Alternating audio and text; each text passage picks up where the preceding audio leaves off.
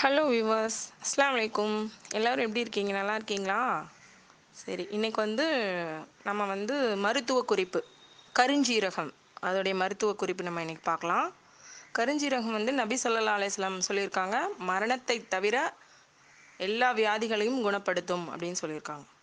அதே மாதிரி எல்லாரும், அதாவது ப்ரெக்னெண்ட்டாக இருக்கவங்கள தவிர குழந்தைகள் ஒரு 10 வயசுக்கு மேலே இருக்க குழந்தைங்கள்லேருந்து எல்லாரும் சாப்பிடலாம்.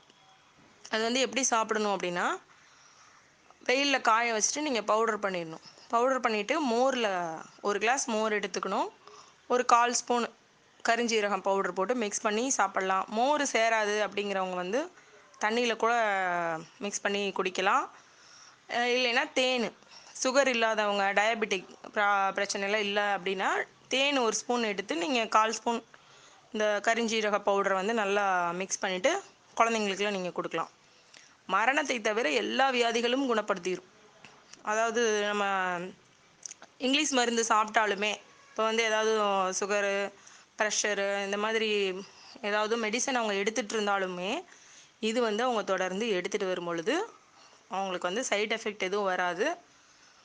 எல்லா தலையிலேருந்து கால் வரைக்கும், கண் பிரச்சனையிலேருந்து எலும்பு, நரம்பு, இன்னும் எத்தனை வியாதிகள் இருக்குது எல்லாத்துக்குமே இது அல்லாஹ் தஆலா மிகப்பெரிய ஒரு அற்புதமான மருந்தாக வச்சுருக்கான்.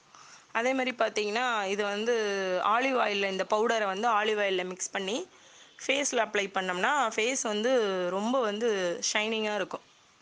ஆனால் கண்ணில் பற்றாமல் நீங்கள் பண்ணணும். கண்ணில் பட்டாக்கா கொஞ்சம் எரிச்சல் கொடுக்கும். இன்ஷா அல்லாஹ் இன்னும் இதில் அநேகமான சிறப்புகள் இருக்குது.